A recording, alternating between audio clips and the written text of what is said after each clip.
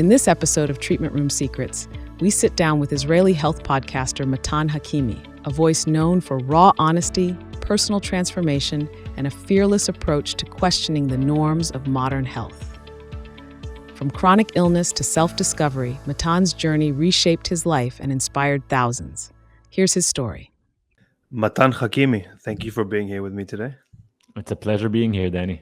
I told you I would surprise you with my British accent, slightly Americanized British accent. I have been listening to you. Luckily for me, I speak Hebrew, and luckily for me, I'm exposed to some Hebrew podcasts, and as part of my connection to Israel, I'm always exploring to see what's out there, and not many stick with me. You know, I feel like and that's why I appreciate anyone that listens to our podcast so much, because you're competing against, no one has time to explore and find more.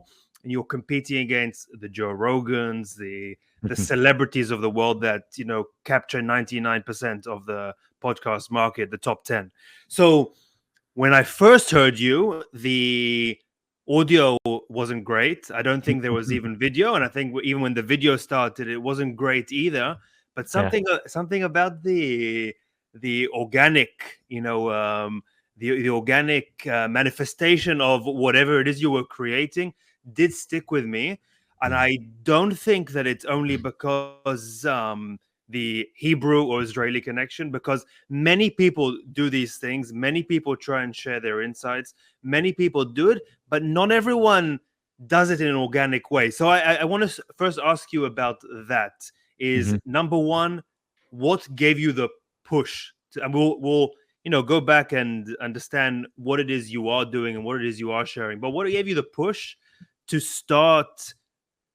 The confidence maybe to start sharing things the way you see them, the way you've been exploring them, and maybe without deforming yourself to fit in with something. And whoever doesn't know, like, your podcast is huge.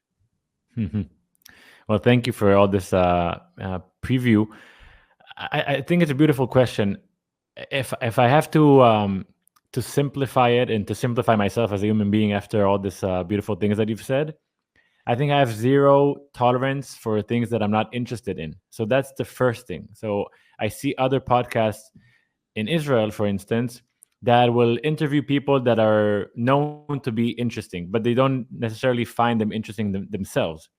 For me, if I don't find someone or something interesting, it doesn't work. So I think it's very, very genuine that, and I'm very, very passionate about self-improvement and health and healing. So when I choose people, I ask questions that I'm genuinely interested about.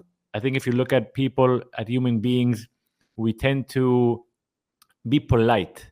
And then when you're polite, you ask questions that polite people ask. So for instance, I'll ask you, how's the weather and how you're feeling and how's work today? But maybe they don't really care. So I ask questions that I really care about. And I'm also, I think, a bit selfish. So I ask questions that I really want to know the answers for myself. And maybe that's why I share my story throughout the podcast, because that is the best way for me to get answers to the things I care about. And, I think I didn't come to the podcast with any agenda or plan. I did find out throughout the show that people really like this authenticity or me being able to show vulnerability. It wasn't a strategic plan; it just happened, and I think maybe because I didn't have a plan to be successful, I said it many times before. I wanted to quit at maybe the fifth podcast. I wanted to quit the fifth episode. And so I never really thought of someone maybe listening to me or what I need to do to be big at what I do, or to people for people to like me. So it was just very genuine, and it happened very naturally. And a lot of people, do connect with you, and and it's inspiring to see. I'm assuming for you too, because I shared with you a few minutes ago offline before we got started that it took me at least 28 years of my life to realize that I had an element of some self-responsibility when it comes to my own health. There's so many things that I just left as just not non-negotiable things, like with things that my family doctor told my parents when I was 5 years old, that Mhm. were always truth in my life, that have always stuck with me. So there was never a moment where I even, like, why would you even think about, going even challenging what your doctor has said to you? So Mhm. hearing someone saying something so rebellious Mhm. is a bit exciting, and also gets other people very angry. Was there anyone that maybe inspired you or gave you the confidence? You mean to say things that are less common? To be to bring that in the good sense of the word, the rebel, out of you? I think it took time because at the beginning, I did find myself afraid to say things that are not accepted by society. Like what? Do you have an example? For instance, at some point in COVID, I realized that it's what is going on is not necessarily the truth. Everything they told us about. At the beginning, I fell for the entire story of like people are dying in the streets and you should be at home and stay at home and all that. It took me a couple of weeks to realize that this is not the story. So I became my own rebel. Just going out to the beach and swimming and surfing when we were told to stay at home. But I didn't have the courage to say things out loud. I think I even posted one thing once that someone else said, and I got a lot of backlash. And that takes time to be able to accept backlash. And I think even with time, the bigger the backlash, it's still really hard for me to be able to be like, oh wow, okay, this is not easy to get. Definitely, when you hear more and more voices like you, if it's in the States or in Israel, you become more confident to be able to say it because you don't want to be the only one that says something. So definitely people like, for instance, Joe Rogan gives me inspiration to be able to say things and and he has this like mindset that it seems like he doesn't care about anything people think about him. So there's like it's a collaboration of like being inspired by other people and also overcoming your own fear of criticism and understanding the value that there is to give to people. Because if I will play along the game of saying what people want to hear, maybe I'll become even more successful, but I won't benefit any others. Especially when I start implementing these things that I learn on myself, I want to share them. I don't want to hide the fact that maybe I didn't get vaccinated, but tell people, oh, maybe you should. I'm telling what I did. You make your own choice later on. But I want to say something because you said something about like the relationship with the doctor, Yeah. and I want to say first of all that nothing that I say comes from a victim mindset or mentality. I think that everything that we go through in this world as human beings is meant for us to develop. So, like you, like me, I didn't know anything about taking responsibility or the ability to improve my health or heal myself until I was 28. And it took me some time to understand that we have been indoctrinated to believe that Western medicine is the reason that we are alive and not sick. And that is not true. And it's this saying this took me a lot of time to be able to say this because it's being pushed so strong by doctors, by pharmaceuticals, by news companies, by governments. And we've been told and we're so convinced that it's these vaccines, it's this antibiotic, it's this and that. And when you learn the history of the not of modern medicine, because modern medicine has been around for 2500 years, but of only the last 100 years of allopathic medicine, that has been the rise of pharmaceutical medications that was brought by rich business people from the oil industry, that changed the entire game, that they changed the narrative, the history, the relationship with um, universities and nutrition and media and what is really health. And the more you dive into it, you understand that there are many powerful substances that are have been associated or been contributing to the development of the human race that were not pharmaceuticals. I mean, we're definitely not um, not reliant on them in order for us to be healthy. So, and I mentioned the fact that I'm not saying that in a victim mindset because that's what it is. That's what we've been through. And I think it's a beautiful thing for us as human beings to be able to develop spiritually, mentally, physically when we overcome disease, which is just a discomfort that came into our lives. So I think this is a good thing. I think that without my disease and without me overcoming my disease, I wouldn't have a purpose in life right now. So I'm not blaming anybody, but I think we should know what's really happening. So I started listening to you, and I started learning your story. I don't think I heard your full story in one episode. It was more you releasing little nuggets of your story while speaking to different people. Mm-hmm.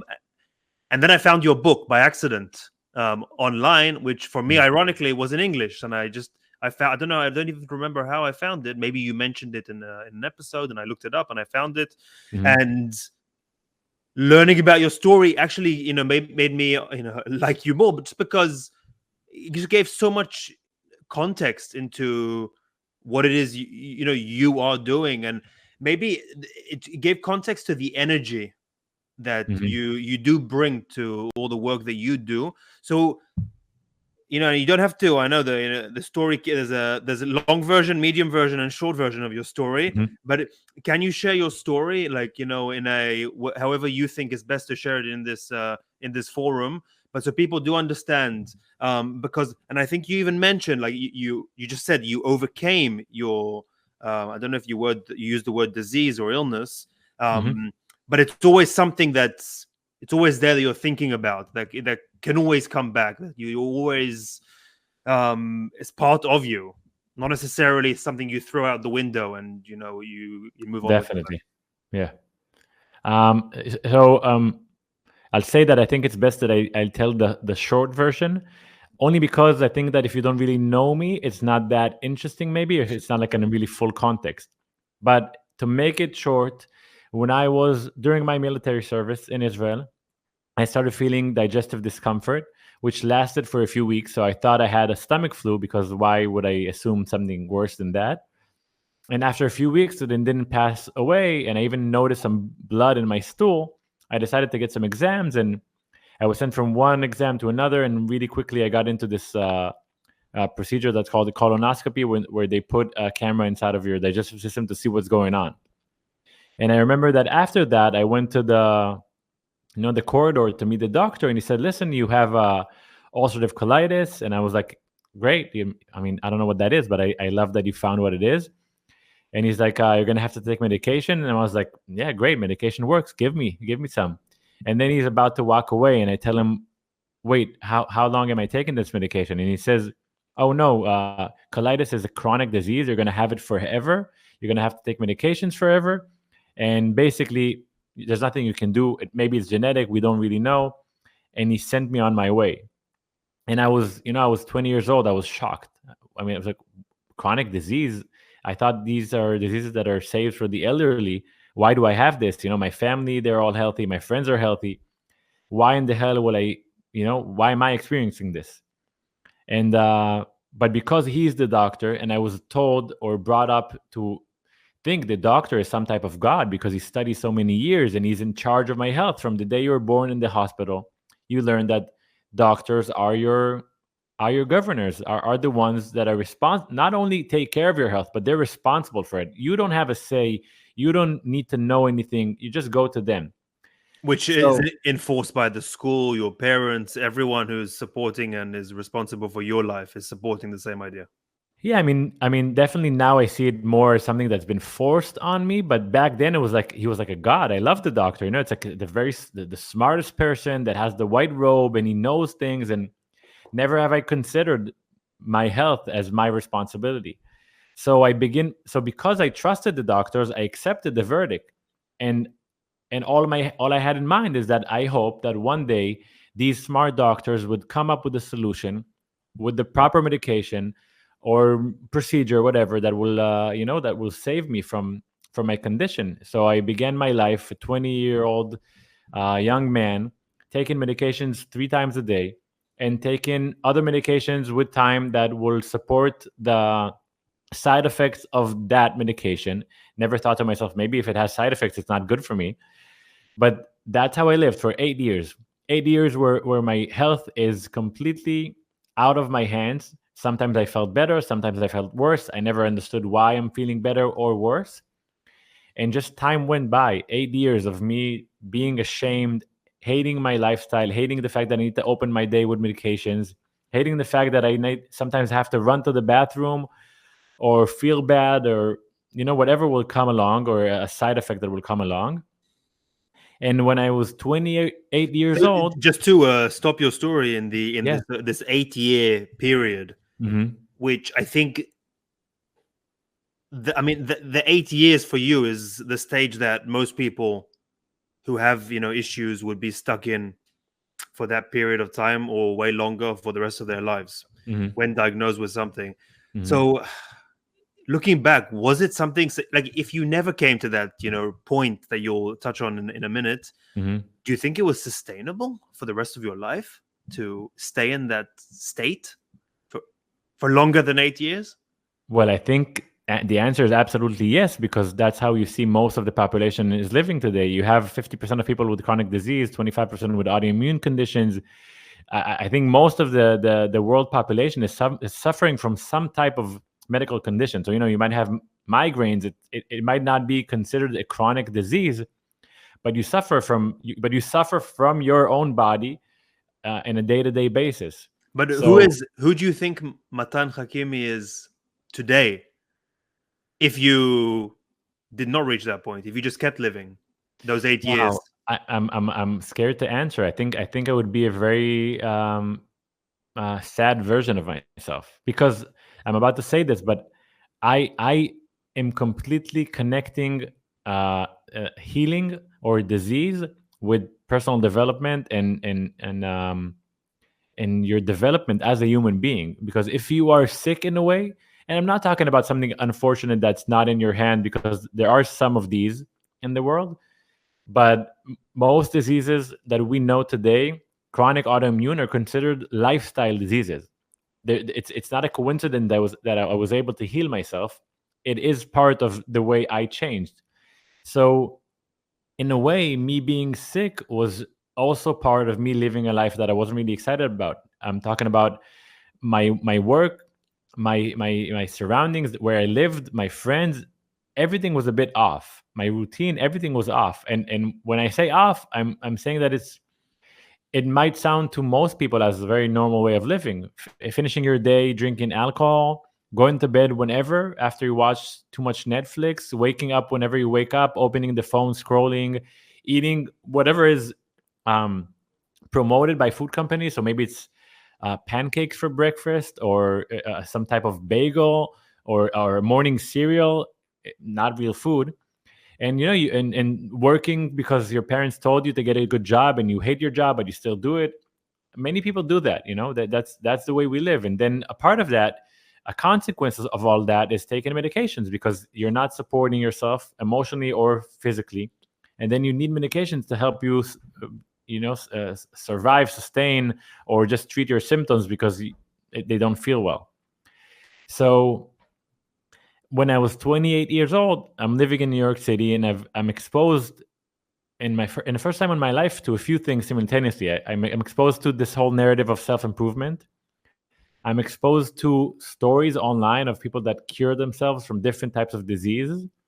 YouTube testimonials, stuff like that. And I'm also introduced to a man that lives in upstate New York, and he is considered some type of a healer. And my first conversation with him on the phone, he is asking me, what is it that I'm suffering from? So I tell him I have ulcerative colitis for 8 years now. And he's like, oh, that's not a problem to fix that. And I'm like, what do you mean? Like, I have it for 8 years. How are you able to say that? And then he's asking, so what do you do to take care of this colitis? And I tell them, well, of course, I'm taking medications. And then he says, oh, no, medications is not good. And I'm taking medications for 8 years. I'm the same guy that trusts the doctor that thinks that medications are a miracle. And I say, why not? And he says, well, medications, they treat the symptoms. And to do that, they suppress the immune system. And I'm hearing that. I'm like, what? I never heard that before. No one ever told that to me, even though it's pretty obvious when you look at the the side effects on the box of the medication. But I never thought about that way. And I said, what do you suggest? And he said, listen, I some of my treatments I use apitherapy. Apitherapy is the use of bees in their products, like honey, like propolis, like even the venom itself, like royal jelly, as medications, because most of it is anti-inflammatory, antifungal, and they don't suppress the immune system; they support the immune system. And as for someone that's had a share of meeting people that say that they can help you and reading some books that offer you ways of healing, etc., nothing never worked. So I'm thinking to myself in that conversation, and this guy just a charlatan. He just wants my money. He's going to tell me that it's going to cost $1,000, and I'm just waiting for him to confirm to me that he's not trustworthy so I can move on with my life. And so I listen to everything he's saying, but at the same time I'm questioning his honesty. And then the conversation comes to an end, and I tell him, this is very nice what you're saying, but how much is this going to cost me? And he says, I believe in intent. He says that's his answer. I believe in intent. So I say, like, what do you mean? And he tells me, when I want to help someone, I don't take money from them. And in that moment, I remember having goosebumps, because not only that I've never met someone like him, I've been so skeptical that I don't trust people for no reason. And we hung up the phone. We made plans to meet in 2 weeks, and I went to this medication cabinet that I had, which was just packed of a lot of medications that my parents used to send me from Israel, and I threw it all to the bin. And I ordered on eBay some propolis, and I started taking propolis. And that's how my journey began. I from that moment on, I changed my life completely. Obviously, it took time, but I changed the time I go to bed, the amount of workouts I do in a week, what I eat completely. I threw out all the process. There's more to the story, right? But I'm giving you the gist of it. But I'm throwing away all the processed foods. I begin eating real food, fruits, vegetables, meat, fish. I go out to the sun more often. I set myself new goals. I create a morning routine. I wake up in the morning. I take a cold shower. I write my goals. I write my challenges. I go on from someone that's just reactive to life, that takes medication and does what he's supposed to do, to someone that creates his own life. And that was I want to make it sound simple, because that was it basically. And when you there are more I know the word in English. There are more subtleties to it. I learned to listen to my body. I learned to understand the symptoms of my digestive system. I've learned to use different types of, let's say, herbs from nature, medicine, natural medicine, to overcome challenges that I had. If even if it was like a seasonal flu or an eye infection, I decided that everything that's going to come in my way, I'm going to overcome in a natural substance. So everything that I had let's say I had an eye infection, I would Google how to treat an eye infection naturally, and I just try everything. I wouldn't care if it's risky or not. I would just try everything. And I tried fasting, and I tried different substances, and that was it. And I'm not saying that was it because I healed myself and I'm just a perfect human being. I'm not. I think we develop from our challenges. So if I'm having a stressed time, if I'm having a fight with my girlfriend, if I'm having an issue with the criticism I get for my posts on social media, I might feel it. Maybe in my stomach, maybe in the energy, in the levels of energy that I have. I think we overcome, or we understand the challenges that we face inside of us, and that we don't necessarily pay attention to, through the symptoms that our body sends us. So it's a matter of constant learning. But I've come to realize how amazing it is to be healthy, and how we can all achieve it if we learn how to do it, and if we decide to change our lifestyle and I say it, לתעדף. Prioritize. and prioritize our personal development, and not necessarily adapting to what society tells us. Because I think that's like the biggest challenge that people face. Let's say you hear this right now and you know that when you drink alcohol you don't feel well, but how do you start being that guy that says, oh, I don't drink? Because that's a load. That means family dinners, that means drinking wine and date, that means going to watch the game with your buddies. And who am I? And that you become a mirror to the people around you, and they might not like you.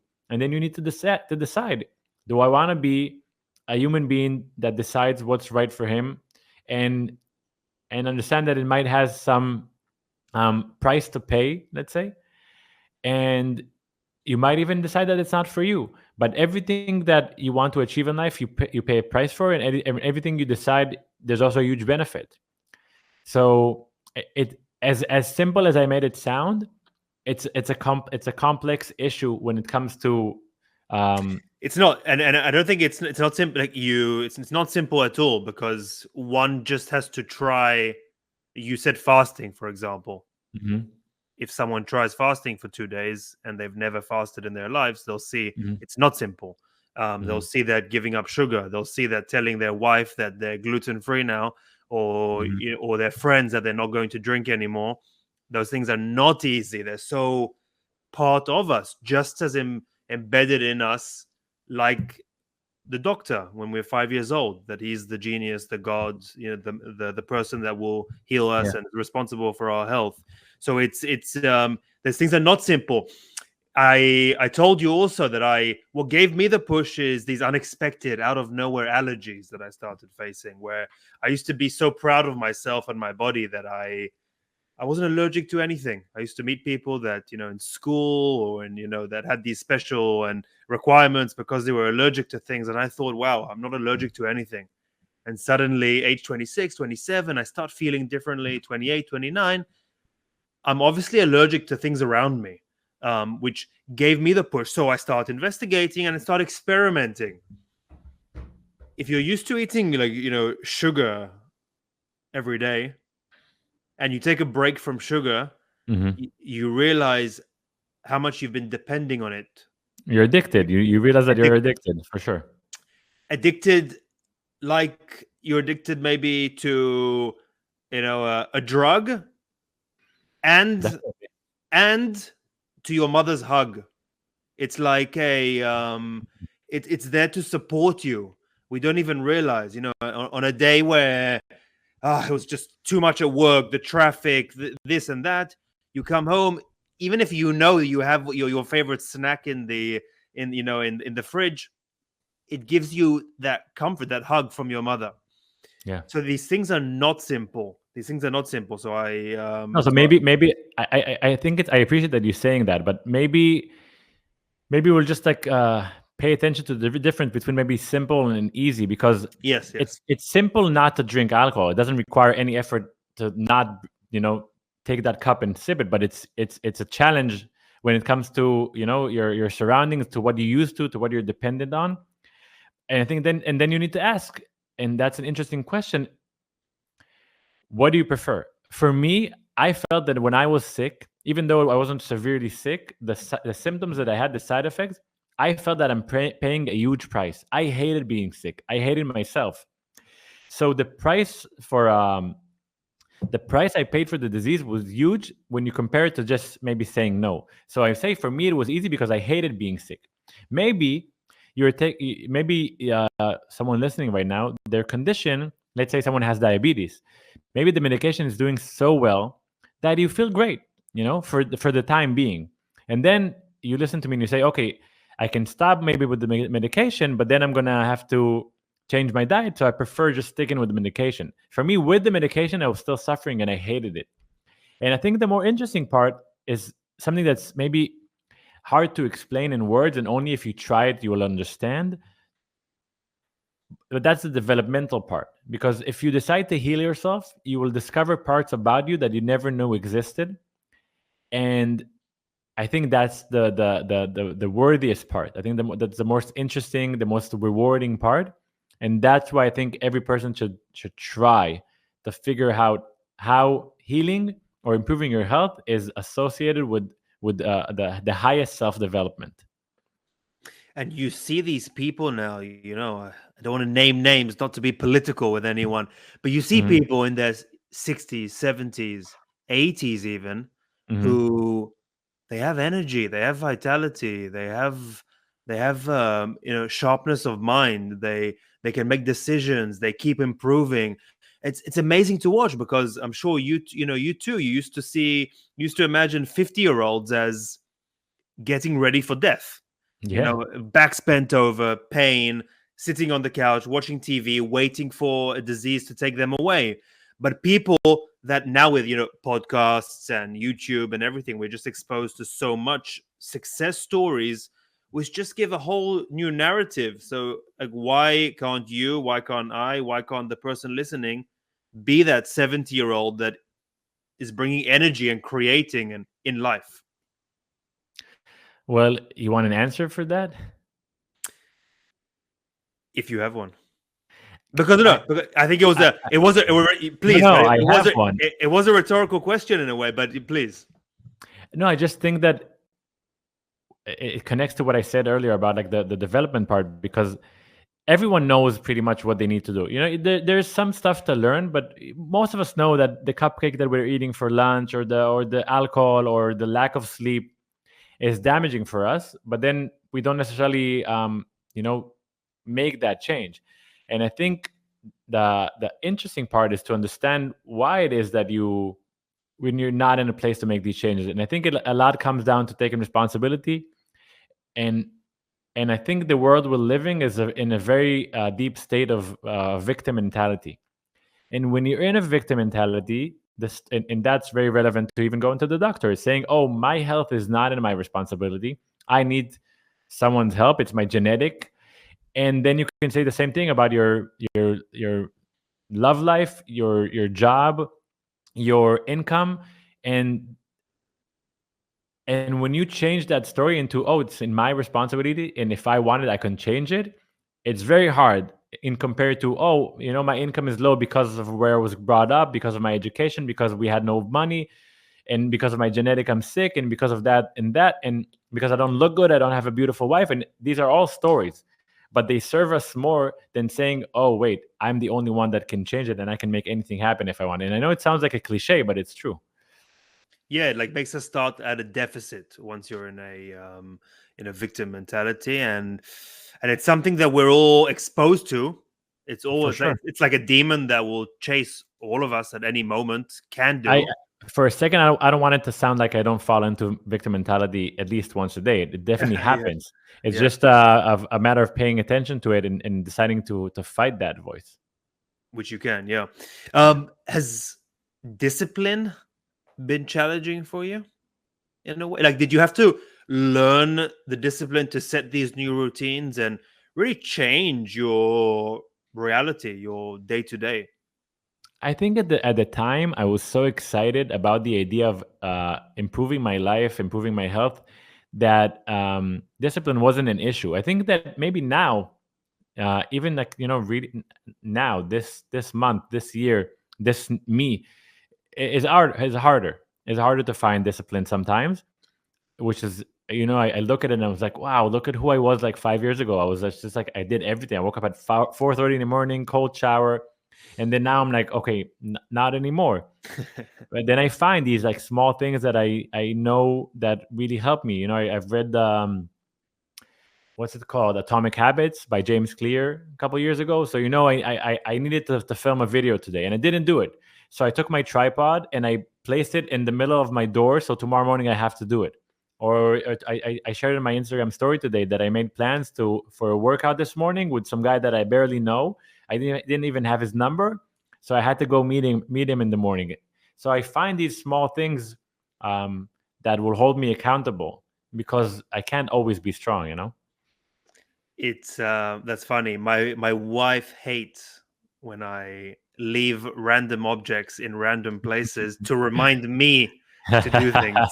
Yeah, I like that. But it could, and I learned that from I think it was Joe Dispenza, because I heard him say that, yeah, you can rely on your memory, to do things you have to do, but it's the least reliable thing you can rely on.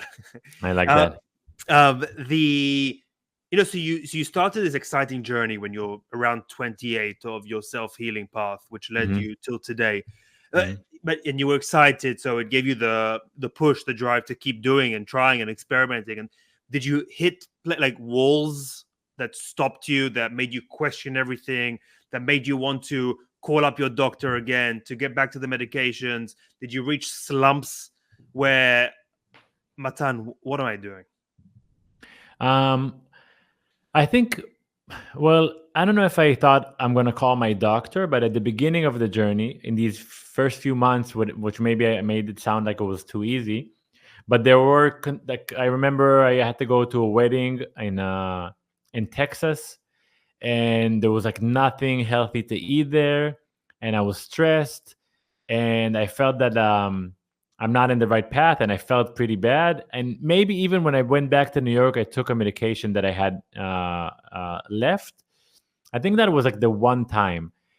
The more I learned about health, the more I learned about medicine, the more I learned about natural medicine, I always found ways, natural ways to deal with whatever came along. So I'm there are times that I'll call my a friend of mine that she does Chinese medicine or Ayurvedic medicine, and I'll ask for advice, or I'll go for a treatment, or I'll take some herbs. Sometimes we definitely need the support of these I want to call them also doctors, but they're just like, they're called like alternative medicine. I think that's completely relevant and necessary at some cases, but from what I know, from what I see, I don't think there's any medicine, any type of medications from Western medicine that's relevant for a lifestyle condition. Not your migraine, not your Crohn's colitis, not your fibromyalgia, nothing. It's just your body is giving you signals and ask you to change something. So if you want to give it something natural to support your immune system or your inflammation, great. But if you take a pharmaceutical medicine, it just suppresses the symptoms and allows you to ignore the condition and understand why it's happening to begin with. Criticism. Is it, you touched on it before, that it's something that, might creep into you, you might feel it somewhere at some point. And me being exposed to Israeli social media, is I see you. I mean, you get a lot of criticism, just like, not to put you in the same shoes as anyone else, but even here, in the US, you see people that are promoting things similar to what you promote. There's a whole base of people that automatically attack them for really everything they say, and it's almost an easy attack, because even if we already started picking on Joe Rogan, so even if Joe Rogan says get some more sun and go work out, it might do you good for your mental health. You're not a mental health professional, you're not a doctor, who are you to say what you're saying?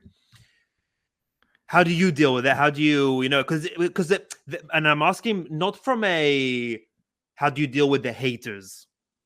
How do you deal with the responsibility that you maybe have created for yourself? Because whether I think, you can give me your opinion, but whether, you carved yourself and put yourself on a platform that does have responsibility, because people do listen to you.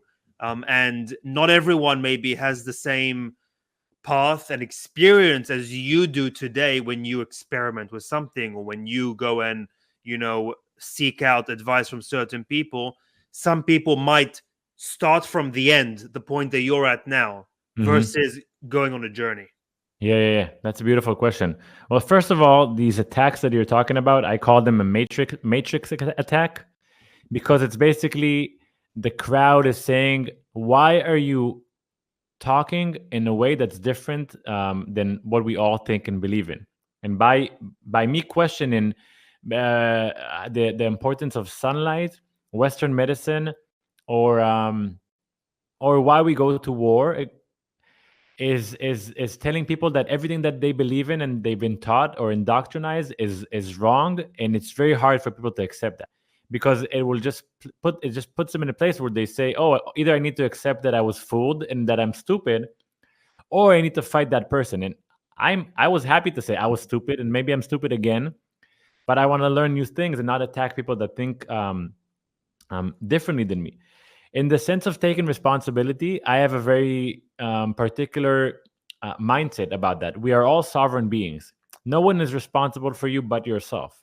So if you picked up on what Matan Hakimi has to say on a topic that you are just partially educated about, and you go and go to the sun and get sunburned, that's not because of me. That's because you decided not to be educated enough, and you just listen to someone saying that the sun is good for you. It is good for you if you eat properly, if you go to the sun gradually, if you don't get burned, etc., etc. There's many things to say about the sun, but it's off topic.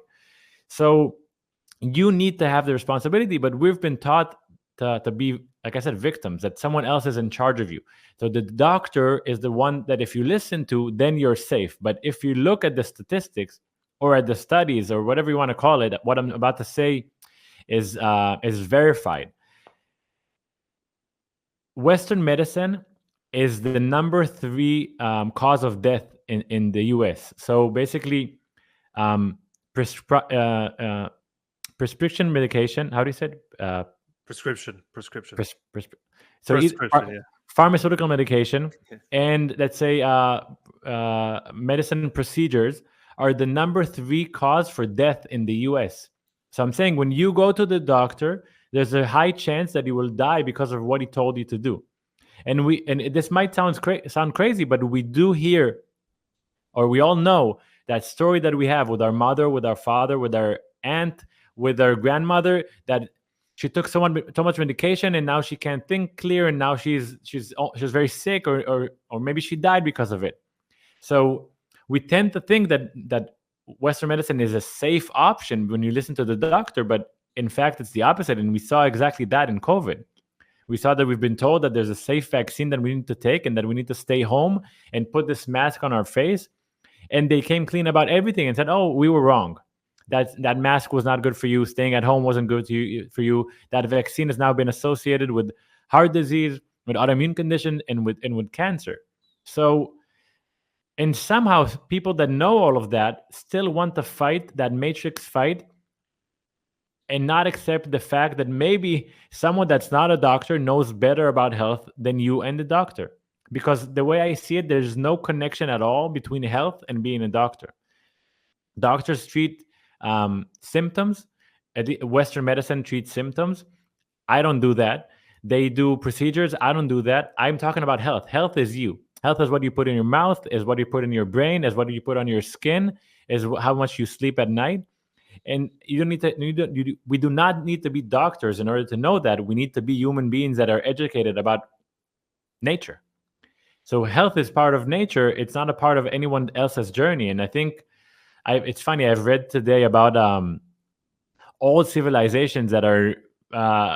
It's questionably if they were existent or not. They say anything from the Atlantis or Lemuria, and the idea behind it is that these cultures have evaporated from the planet when they stopped following the laws of nature.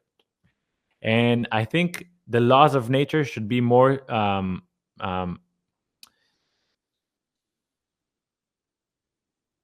respected or used before anything else. And we live in a world where we listen to someone in the news telling you, oh, scientists say that this and that.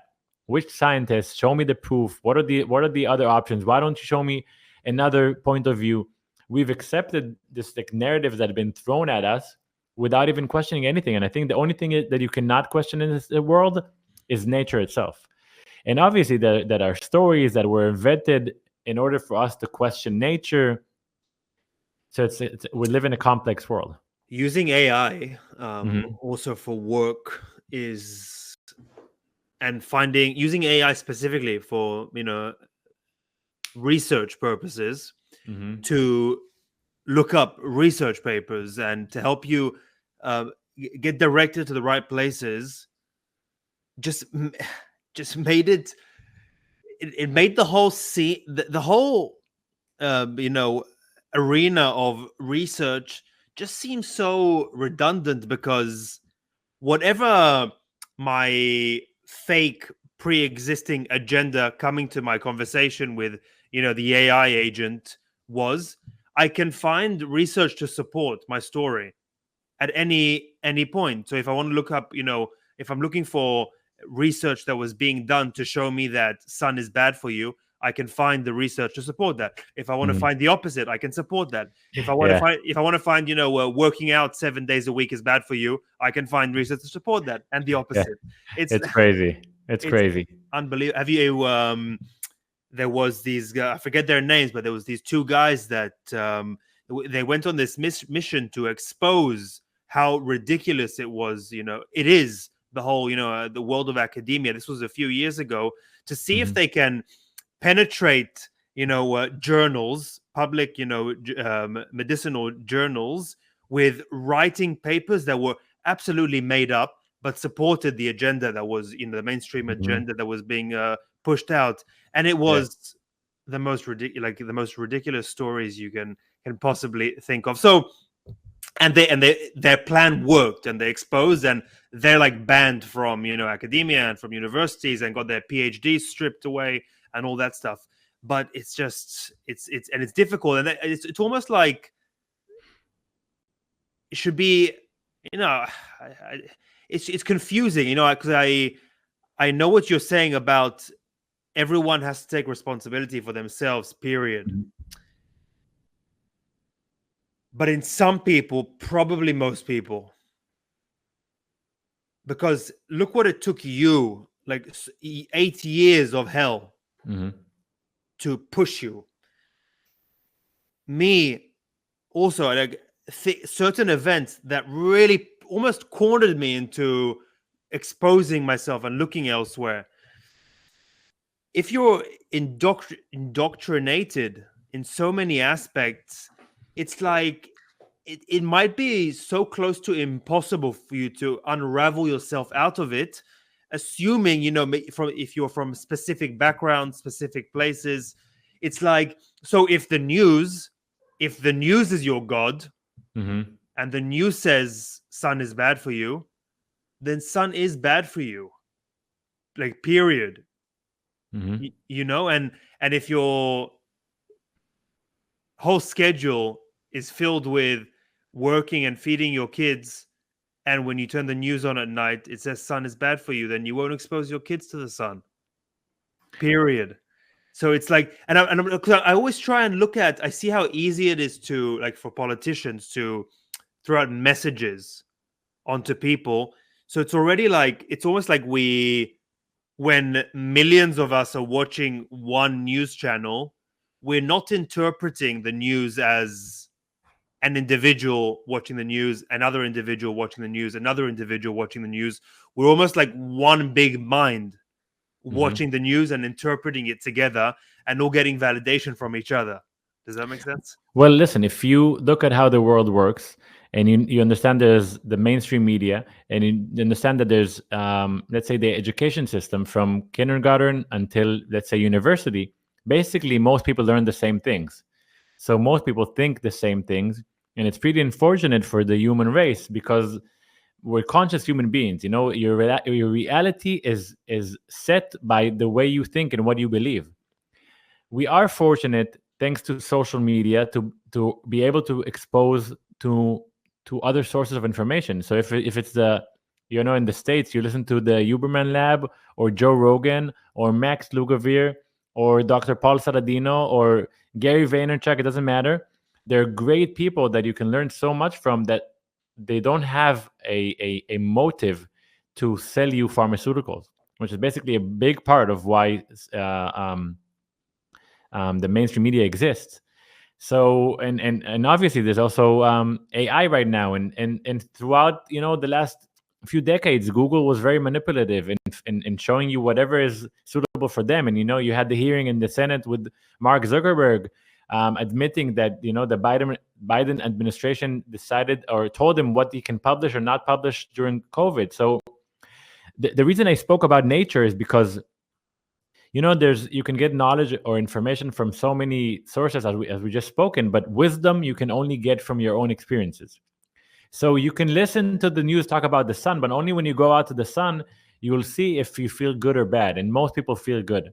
And like I said, there's more to learn, because maybe your nutrition is making it be so bad for you. But there's the story, the story about the cave from Plato. You know that story? Yes, with the shadow. Yeah, so it's a bunch of people that are being raised in a cave, and they see the shadows from a fire behind them, and they think that that's the real world. And then one guy escapes, and he sees the sun and nature and whatever, and it takes him a minute to believe what he's seeing, but then he understands what's really happening. So he goes back to the cave and tells his friends, come with me. There's a real world outside. It's beautiful. And they don't believe him, and they want to kill him because he thinks something different than them. So I think, humans were like a seed in the ground. You have an option to get out to see the sun and find the truth, or you can stay underground and still think that that is the truth. And that is our journey. We need to find our way out. And for the people that want to believe that the sun is bad, and that medication is good, and that natural healing is not serious, whatever, they create their lives with it. That's conscious. Your entire life is mainly inside of your mind. You can enjoy our conversation and you can hate it. You decide what you want to make out of it. So Are you still in touch with the healer from upstate New York? I would like to be more. We talk maybe once a year, because he's not that type of person to be on. He the last time we spoke, he said, "Oh, I just got out of a 1-year celibacy." When you don't talk, how do you say that? So yeah, I don't know the word, but yeah. So he wasn't talking for. But you are in touch. Like you've touching base once a year. Yeah. That's amazing. And I've maybe also a similar story.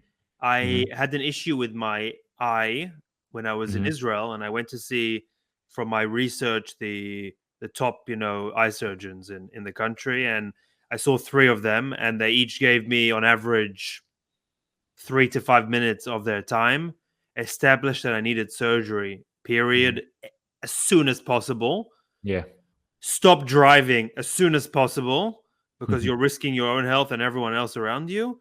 And they charged me in whatever it was, in dollar amount, $1,000 for 5 minutes of their time. I traveled to London for work, and I seeked the best, I seeked, because I had this issue that I was scared of. Also, the man gave me 5 minutes of his time, charged me a few £100, and told me the same thing, like surgery immediately, stop driving immediately. And I could drive. That was the fact that the driving thing is what didn't sit well with me. Maybe if the guys in Israel didn't tell me to stop driving, I would have listened. But the fact that they're telling me I need surgery immediately and I should stop driving immediately, I was telling myself, but I can see and I can drive. So what's the problem here? Yeah. So I did some research. I bought a book. The book didn't help me. I read it though. It did not help me. I read another book. Wasn't it? I found a third book, like a 500-page Bible about the eye. I contacted the author. He sits in Delaware.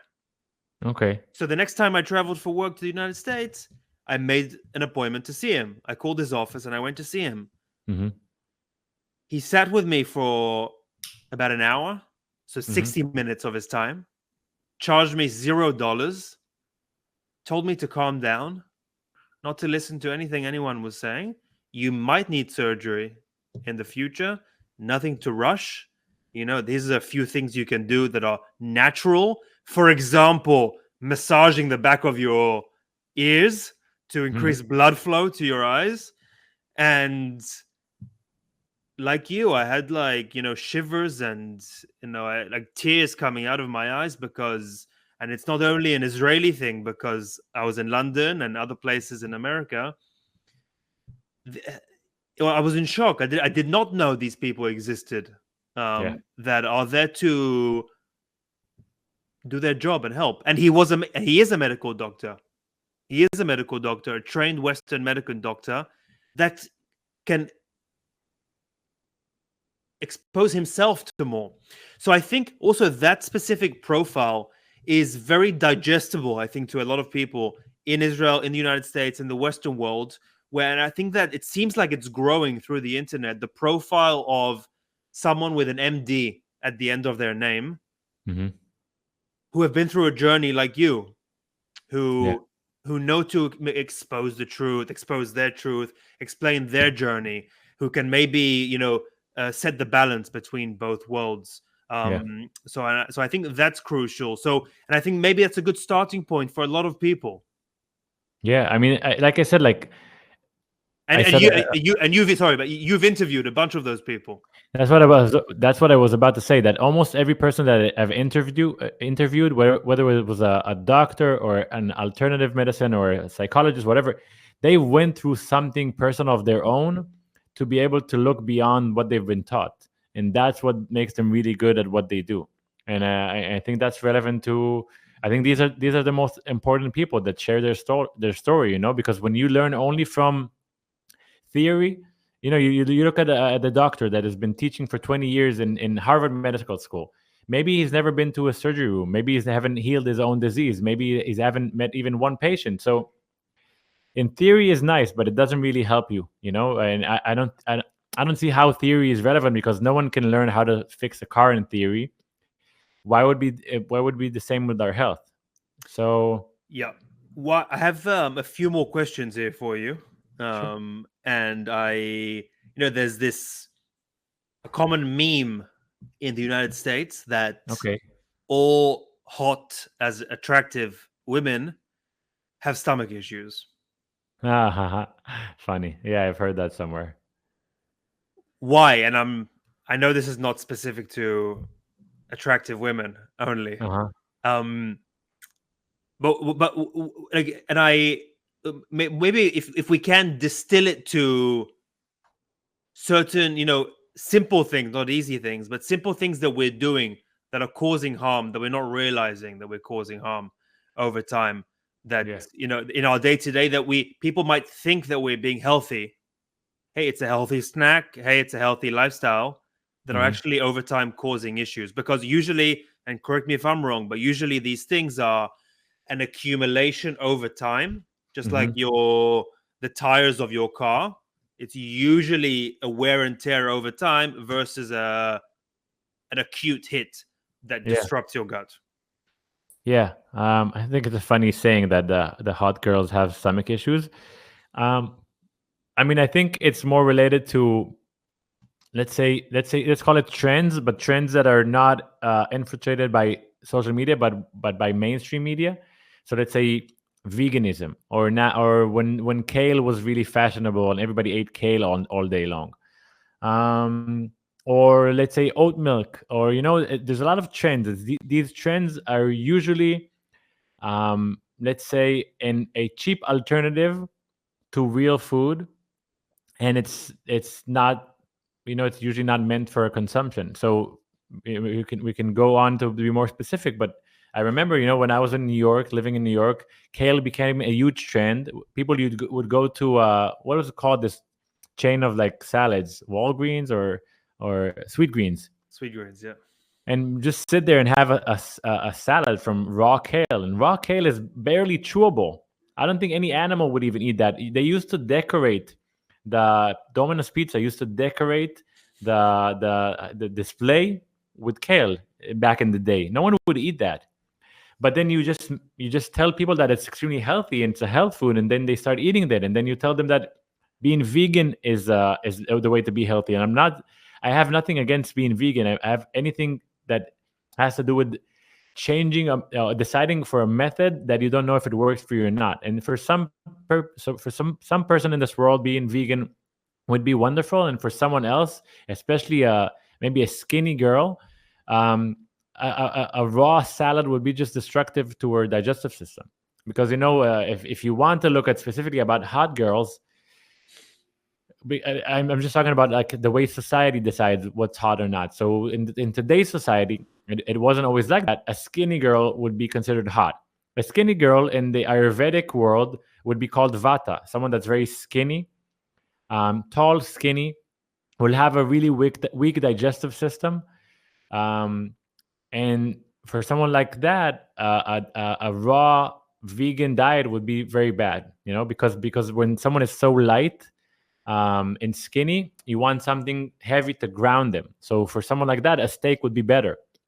If you are maybe a 300-pound dude, very masculine, very muscular, muscles wise, without even doing anything, you're just very powerful. You don't need more steak. You don't need more protein or more food that will make you stronger. Then maybe being vegan would be better for you. You'll be lighter and you won't be heavier. So we all need different things, but we're definitely pushed to consume things that just makes us usually more sick. It's that, and is birth control and alcohol, like Yeah. regular consumption of these things, and it's like it's one big soup that everyone's taking, right? And not every day, every person, but every week, every month, every person. No, so you're definitely absolutely right about birth control pills and about alcohol. I think that's relevant to all people, not, and all girls, not just skinny girls. But Yeah. I think if you look at the average human being, and I told you about that about myself in the beginning, drinking alcohol, eating seed oils, taking medications or birth control pills, spraying yourself with perfumes that are very high in hormone disruptors, endocrine disruptors. What else have you been doing? You sit all day long in front of the computer. You avoid the sun. Then when you go to the sun, you put lotion on yourself that has toxic, carcinogenic chemicals in them. It's like the average human being is being poisoned by the recommendations of mainstream media and Western medicine and the education system.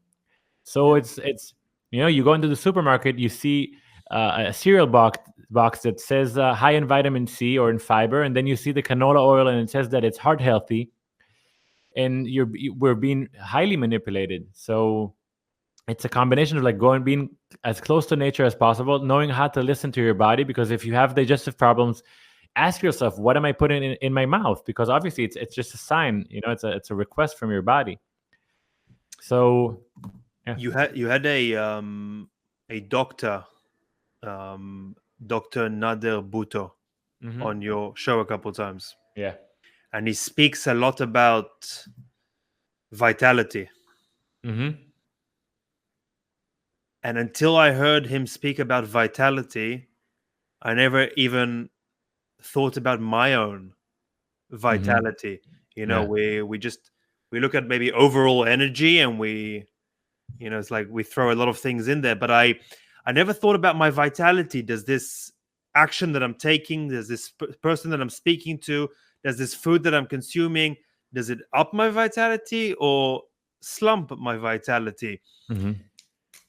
And that's like a key point, that not to add more stressors to anyone's life or to my life, but actually the opposite. It's like it's a way to eliminate stressors, because when you start paying attention, it's very clear when something ups your vitality or does not up your vitality. How do you feel your vitality? Now I don't know how many years you are since your disease is behind you. Yeah. But how do you feel since? And when you compare it to then, did you have vitality in those 8 years? So I think vitality is a very interesting concept because, like I said, I healed myself, but the journey continues, and my vitality can be low at different times because I'm in some type of struggle. Maybe I'm avoiding making a decision. Maybe I have challenge with the criticism that I have. Many things can affect how vital we are. Maybe you're in a bad relationship. So I definitely pay attention to vitality. It's like the number one prioritization, but it's not only because of what I eat. And I think it's also interesting if we talk about nutrition is to ask if that food has vitality, not only myself. A piece of mango has a lot of vitality. French fries has zero vitality. So watching the news gives you zero vitality. Listening to a podcast maybe brings you vitality. So I think it's a very wide and interesting concept to look at. So my vitality is probably higher definitely higher than when I was sick.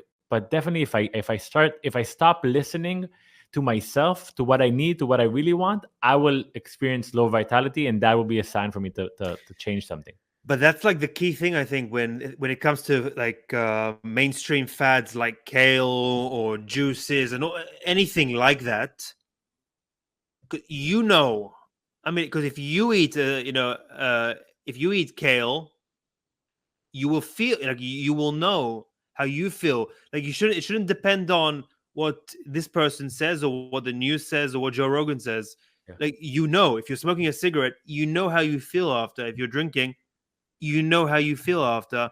These are all indications that you can listen to. Not should, but you can listen Yeah, to. but I remember about myself years ago that I didn't really know or understand food enough to comprehend what it is. Let's say I would eat a salad. Okay, it has cucumbers, tomatoes, onions, radishes. Which one is it that's causing me harm? So I think it requires to understand more about the food we eat. I remember myself that me understanding that at the time I used to eat spinach, right? And I decided to put it inside of my smoothie in the morning, and it was delicious. And after a few days, I was like, wait, my digestive system is not working properly. And it took me a minute to understand that it might be the spinach because I was taught that it was so healthy. I mean, it can be healthy if you cook it properly, and maybe healthy if you have a really, really strong digestive system. But it requires opening up your mind, researching, and then also paying attention to your body. So it really depends on where you're at in life, and or with your in your relationship with listening to your body or understanding the foods you eat. I think it's just an endless journey, even for It myself. is. It isn't, and then it's all about the journey. Yeah. What, where would you recommend? Where does Matan, do his research? What books does Matan read? Where do you go for these things? Well, first of all, I think intuition is big and important. So I found these bunch of people online that I listen to. I mentioned their names earlier, and I learn a lot from them. And obviously, I take everything with a grain of salt. I say, okay, what he's saying is very smart. That's what worked for him. I'm going to try this, but I'm not giving up on this that I know that's good for me, or I'm not going to listen to that advice because I know that. I'll give an example. I love Paul Saladino.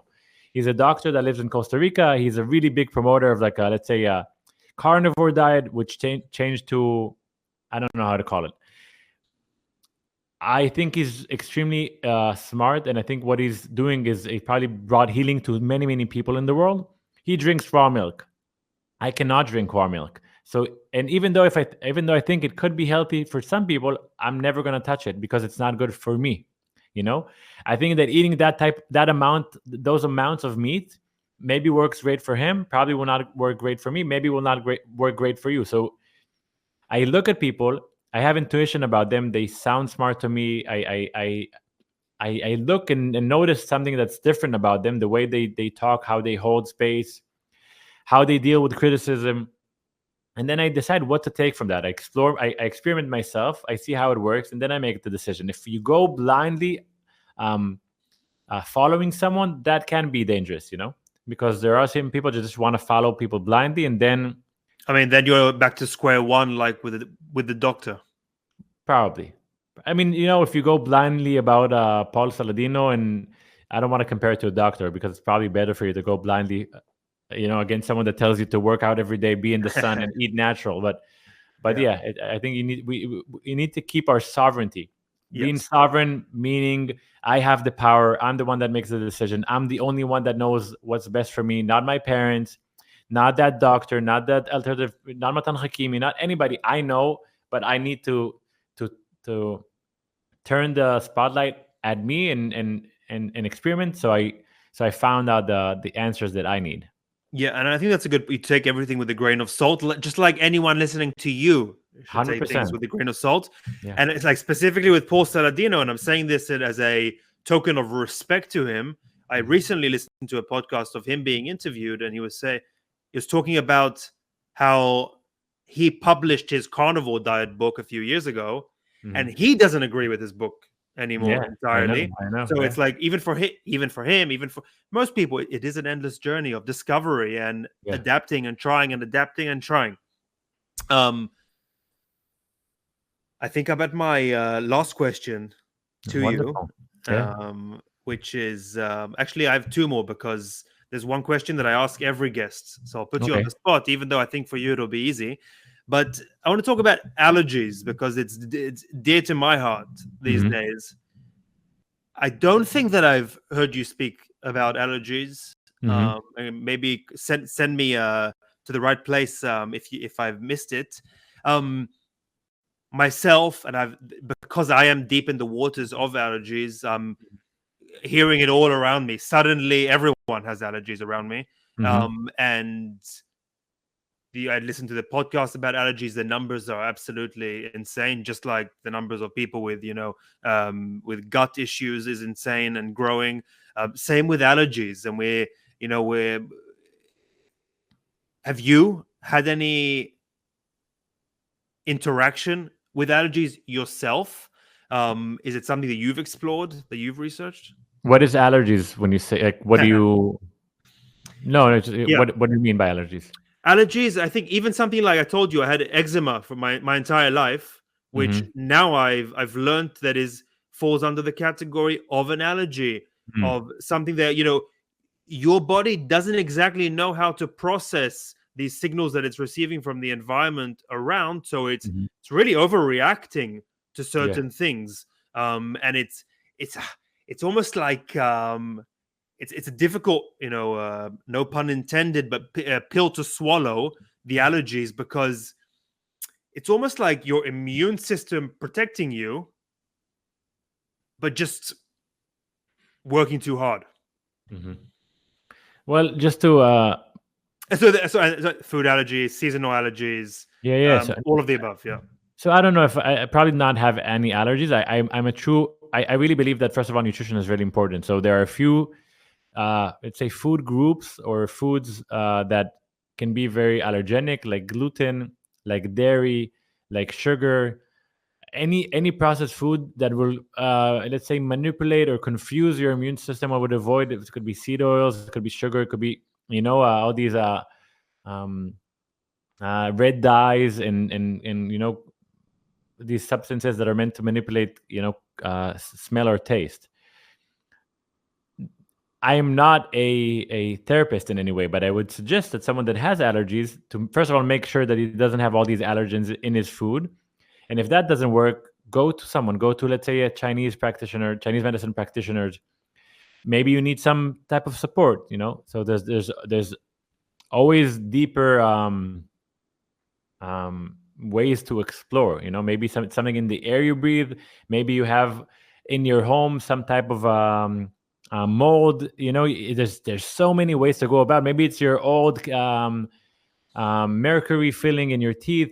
There's so many things that could be destructive to our health. I really believe that one of the reasons that we're all so prone to disease is because many of the vaccines that we got as kids and as adults. So there's so many factors that it's hard to say. I'm a big believer in, first of all, trying to change nutrition because that's the one thing that's easy to change. And after that, Simple, maybe not easy. Yeah. yeah, for sure. No, but good. But so if you find someone, I'm interested, and I'm always on the lookout for someone Where to are you really. now? I'm in Florida.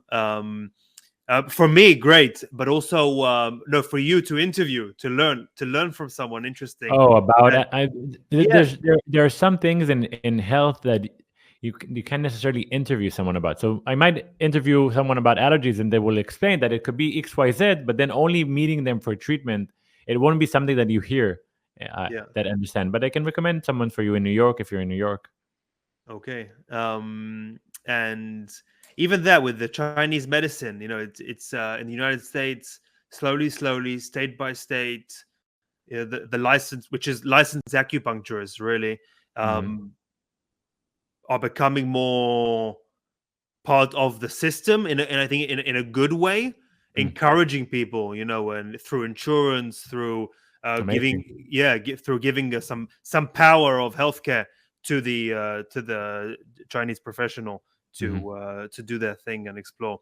Hmm. Um, my last question to you is for formality purposes at this point, because I think you answered it a few ways, but maybe there's something, a golden nugget that you can throw at us, is like, which I do ask everyone, is what is something that you've changed your mind on completely, from the past, professionally, personally, that you used to think one way and now you think completely the other way on, and maybe to challenge you, maybe from the age of 28 up until now, if there's something that you did believe, very one way about, that you've opened your mind and now think something else. Maybe a little bit about religion. I think I was very I don't know if I want to call it anti-religion. In Hebrew, you say chiloni. I don't know how you say it. Secular. Secular. Maybe opening up the idea to the values of believing in a God, the values of family, the values of being kind to your neighbor, the value of the energy you put into relationships. I think that if you have no God, you turn governments to your God, you turn vaccines to your God, you turn celebrities to your God, you turn consumption into your God, your car into your God, the perfume, the watch, money, banks. So I think this world needs more people that have some type of belief in a greater good. And it doesn't have to be a type of religion or a specific God, but maybe it's easier to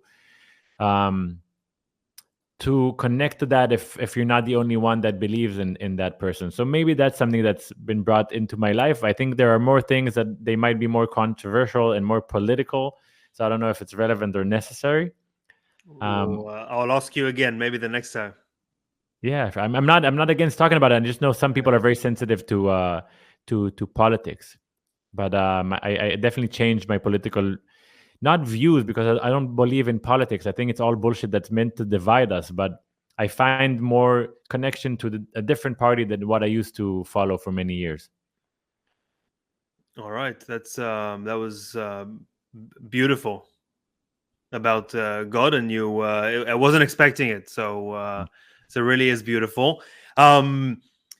Please, anyone that listening, please tell them if you do have. I don't know if you have resources in English. I know you have your book online on Amazon, so please tell people where the name of the book, and if you do have anything else in English, social media where people can find you and follow you.